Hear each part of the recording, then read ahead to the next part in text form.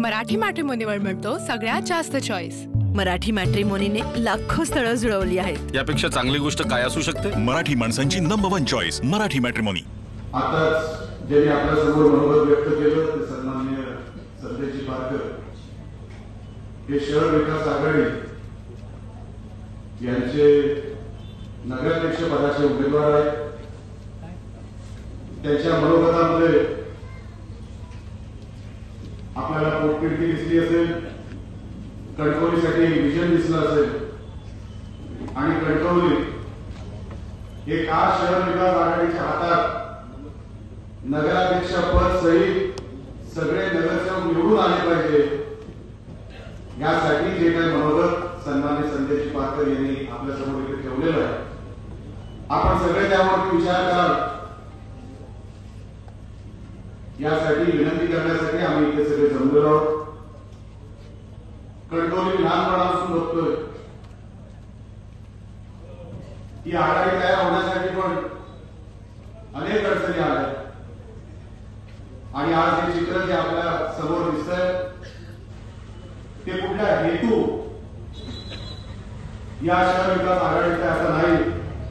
तेली साहेब असतील, सावंत साहेब असतील, मोरे असतील, संजयजी आंगले असतील, स्वतः संजयजी पारकर असतील आणि आमचा एक पूर्ण व्यासपीठ हे फक्त कणकवलीची सेवा करण्यासाठी एकत्र आलेलं आहे, बाकी इतर कुठल्याही विषयासाठी। कारण का पैसा आम्हाला विकत घेऊ शकत नाही, कुठली लोक आम्हाला घालवू शकत नाही, पण कणकवली आणि कणकवलीचा कारभार हा पारदर्शक राहायला पाहिजे, तो लोकांच्या हिताचा राहायला पाहिजे।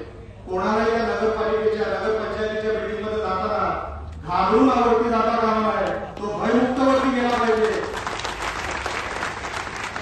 आणि वरती गेल्यानंतर कॅबिन मध्ये घुसताना आपल्या खिशात किती आणले हे त्यांनी मोजता कामा नये। अशी नगरपालिका आपल्याला उभी करायची आहे, अशी नगरपालिका उभी करायची आहे।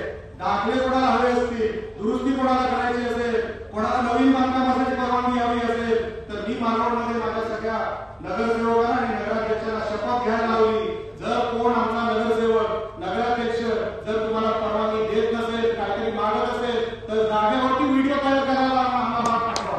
एका दिवसामध्ये संदेशी लक्षात ठेवा, एका दिवसामध्ये एका तासाच्या आत ते सगळे दाखले, ते सगळे परवानगी ही मिळाली पाहिजे आणि कोणाच्याही खिशाला हात लागता कामा नये। अशी नगरपालिकेचा कारभार, असा नगरपालिकेचा कारभार आपल्याला उभं करायचं। पैशाच्या जोरावर नाही, आपुलकीच्या जोरावर।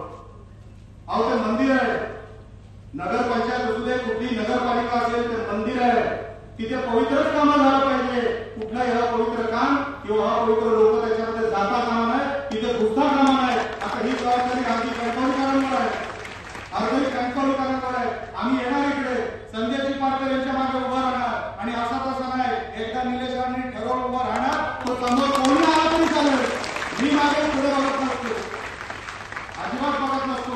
आता पण टर्न मारताना बाजूला कार्यालयामध्ये सगळे अक्षय मार्के पाहिल्यासारखे बघत होते, अरे कोणाला धमकी देत आहे,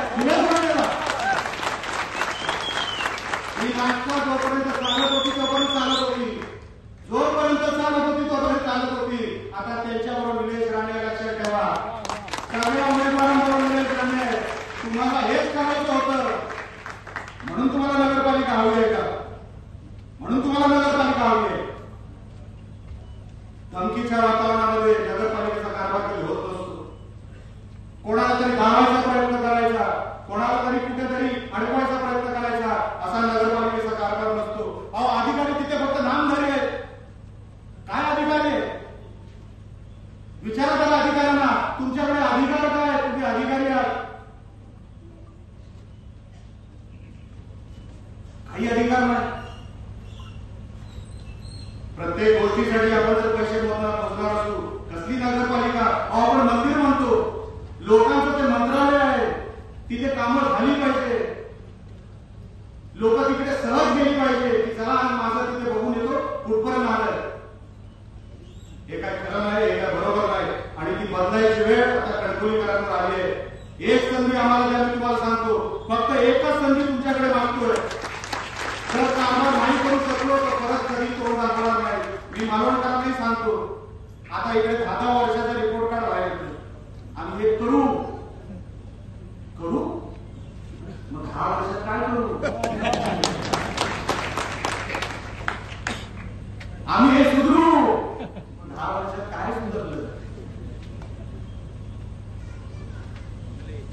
आपल्याकडे सगळी पदं आहेत. आपण लोकांसाठी हे सगळं आज मालवण आपलं कणकवली शहर हे जागतिक दर्जाचं शहर व्हायला पाहिजे होतं. आज मी नगरपालिकेची बिल्डिंग म्हटली आणि बघितली रस्त्यावर येत असताना मी तेरी साहेबांना बोललो, ह्याच्यापेक्षा तर मालवणची बरी आहे.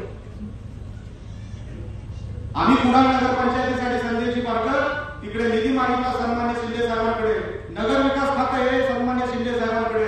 कुठली फाईल तुम्ही उद्या निवडून आल्यानंतर पाठवा, करून द्यायची जबाबदारी माझी. एवढं तुम्हाला शब्द देतो. शहराला सांभाळा. हे शहर आपलं आहे, ही लोक आपली आहेत. इथे जिव्हाळा असला पाहिजे, भीती नाही. एकमेकांच्या बद्दल प्रेम असलं पाहिजे. इथे आता निवडणुकीला चर्चा काय, कोणाला शेवटच्या टप्प्यात किती मिळणार.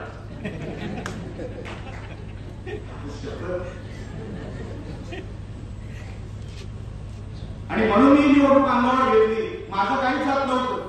मी तिथे तेलीसाहेब आरामात बसू शकलो असतो, माझी मांडवणी झाली असती, माझं मालवण शहर मला काम करायला मिळालं असतं. पण नाही, हे वातावरण जर आता सुधारलं नाही, ही व्यवस्था जर आता मी नीट केली नाही, हे लोक भोगत राहणार आणि भोगत राहिले ते पुढची पिढी जाणार. आणि एक पिढी जर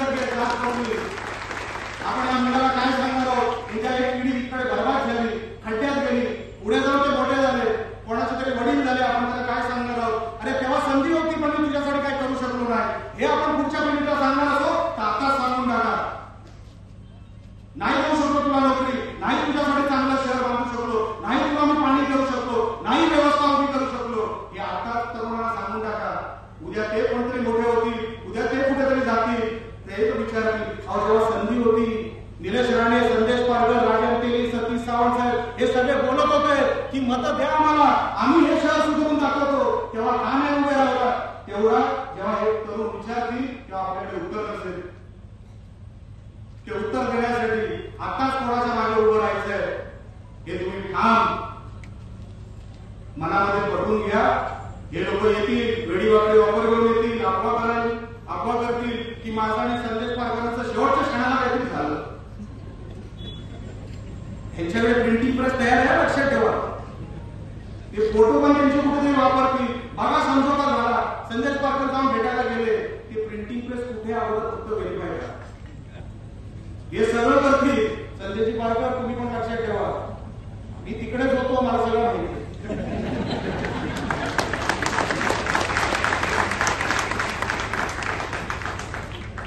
तुमच्यावर काय काय परिस्थिती आणतील येणाऱ्या 7 दिवसांमध्ये, तुम्हाला लवकर म्हातारा करायचा प्रयत्न करतील. पण निलेश राणे अर्धा म्हातारा व्हायला तयार आहे तुमच्या बरोबर. शेवटपर्यंत तुमची साथ देणार, लक्षात ठेवा, शेवटपर्यंत. पण त्यांचे गाव, त्यांचे कुठलेही गाव यशस्वी व्हायला देणार नाही. कारण मला सगळं माहिती आहे ना, तारखा माहिती, कुठल्या तारखेला काय होणार आहे, रेट कार्ड काय आहे, सगळं मला माहिती आहे. डिलिव्हरी कधी होणार ते पण माहिती.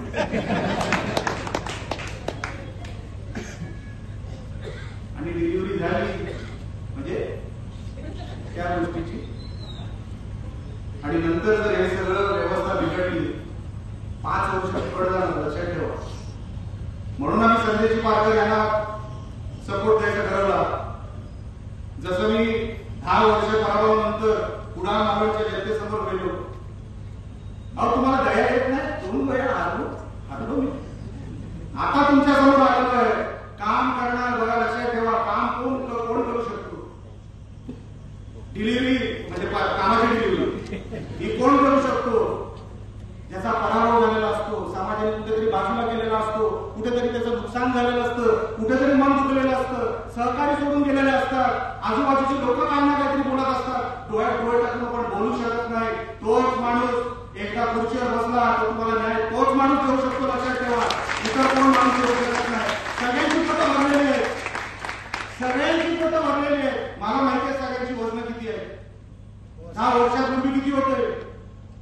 मालनकर साहेब आताच माझ्याकडे हेलवाय करायला आलेले. माझा जुना सहकारी मला खांद्यावर गिरवलेला सहकारी, खांद्यावर गिरवले. ते विचार कुठल्याच व्यवस्थेमध्ये दिसत नाही. निलेश राणे आल्यावर दिसले, ते लक्षात ठेवा. साहेबांची खेळवत माणसं येईल, साहेबांसाठी जीव देणारी माणसं येईल. आज ती कुठे फेकली गेली विचारा जावा त्यांना.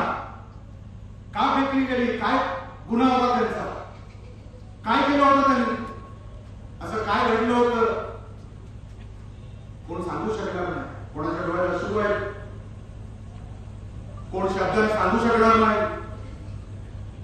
कोणी भोगलेलं आहे, कोणी पैसे दिलेले आहेत.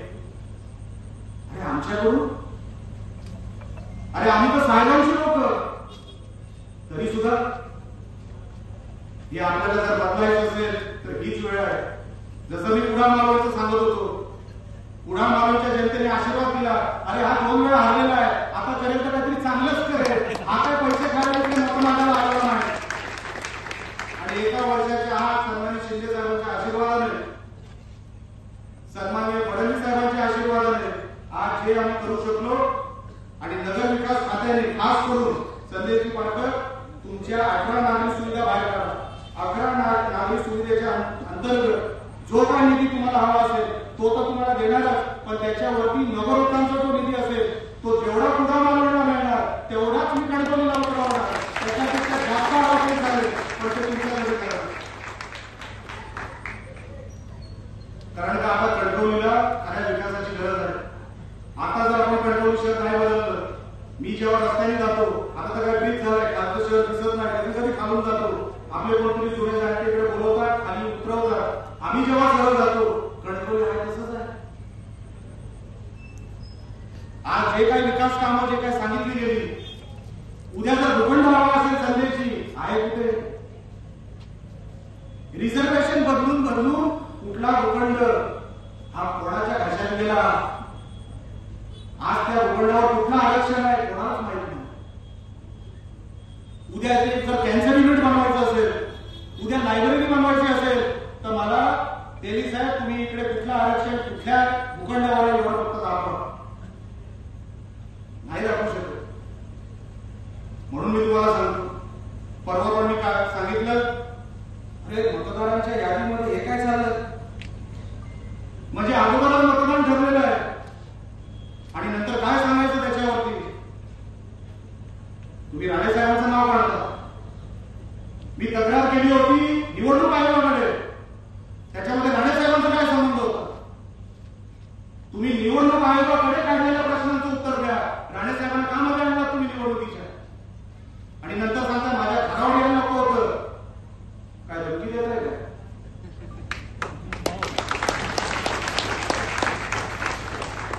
जेव्हा निलेश राणे कोणी नव्हता ना, आमदार नव्हता, खासदार नव्हता, कुठलंही पद नव्हतं, रत्नागिरीमध्ये आता उदय सामंत येतील त्यांना विचारा, 3 आमदार, खासदार, पालकमंत्र्यांना अंगावर येणारा निलेश राणे तुम्ही मला घालवलं का.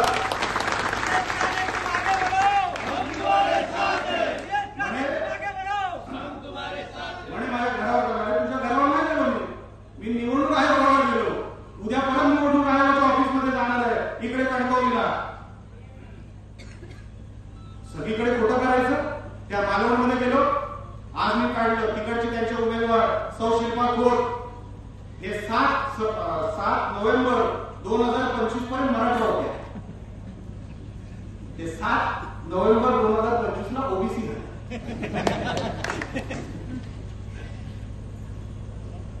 त्यांचे आजोबा किंवा पंजोबा हे मनोहर विठ्ठल परब. अच्छा, दाखला कुठे घेतला, कुडाळला नाही घेतला, दाखला कणकवली बरोडे गावात घेतला माझ्या. मी म्हटलं माझ्या गावामध्ये मनोहर विठ्ठल परब कुठे राहतात, जरा बघूया. मोदी लिपीमध्ये ते काय बोलले, मोदी लिपीमध्ये जुनी कुठेतरी नोंद आहे. मी म्हटलं मला मनोहर विठ्ठल परब तरी दाखवा. तर मोदी लिपीचे मी सगळे डॉक्युमेंट बाहेर काढले. त्या मोदी लिपीच्या डॉक्युमेंट मध्ये मनोहर विठ्ठल परब हे नावच नाही, मनोहर विठू परब नाव आहे, माणूसच नाही. सन्माननीय सामंत साहेब, मराठी मॅट्रिमोनीवर मिळतो सगळ्यात जास्त चॉईस. मराठी मॅट्रिमोनीने लाखो स्थळं जुळवली आहेत. यापेक्षा चांगली गोष्ट काय असू शकते. मराठी माणसांची नंबर 1 चॉईस मराठी मॅट्रिमोनी.